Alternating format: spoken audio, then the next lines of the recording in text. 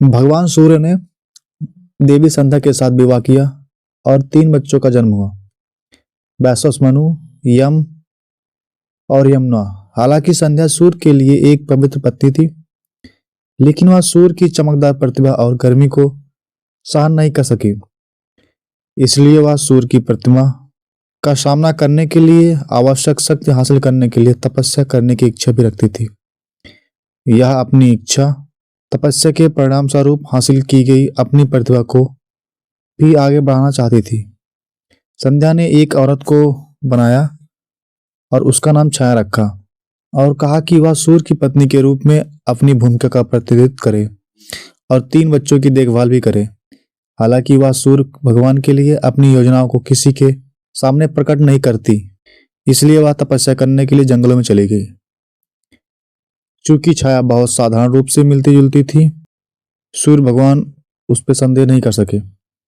छाया के माध्यम से सूर्य भगवान ने 3 और शिशु को जन्म दिया, मनु, शनि और ताप्ती। इसलिए शनि को सूर्य के पुत्र यम और यम का भाई कहा गया।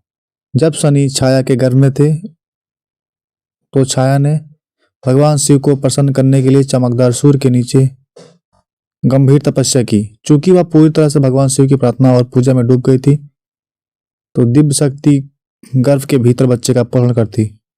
इसलिए शनिदेव भगवान शिव को बहुत समर्पित थे।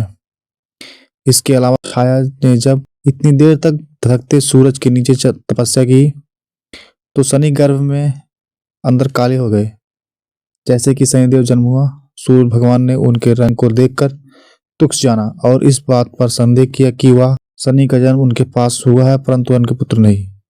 नाराज हुए शनिदेव ने जब अपने पिता पर नाराज नजर डाली, तो शनिदेव की शक्ति के कारण सूर्य भी काले रंग के झुलस गए। बाद में सूर्य ने अपनी गलती के लिए पश्चाताप किया और भगवान शिव की पूजा की, जिन्होंने उन्हें बताया कि शनिदेव इतने काले क्यों हैं। इस बात की पीछे सच्चाई को जानकर सूर्य भगवान अपने पुत्र के प्रति पुनः प्रेम भाव से एक दूसरे को बेहतर समझने लगे। शनिदेव भगवान शिव के एक प्रेरक शिष्य बन गए और सभी ज्ञान उनसे सीख गए। शिव शनिदेव की शक्ति और ईमानदारी से बहुत प्रसन्न थे, इसलिए उन्होंने उन्हें पृथ्वी पर पैदा हुए जीवन पर उन्हें महत्वपूर्ण ग्रह का स्थान दिया। उन्हें लोगों द्वारा किए गए कर्मों के प्रभाव को वितरित करने की जिम्मेदारी दी गई।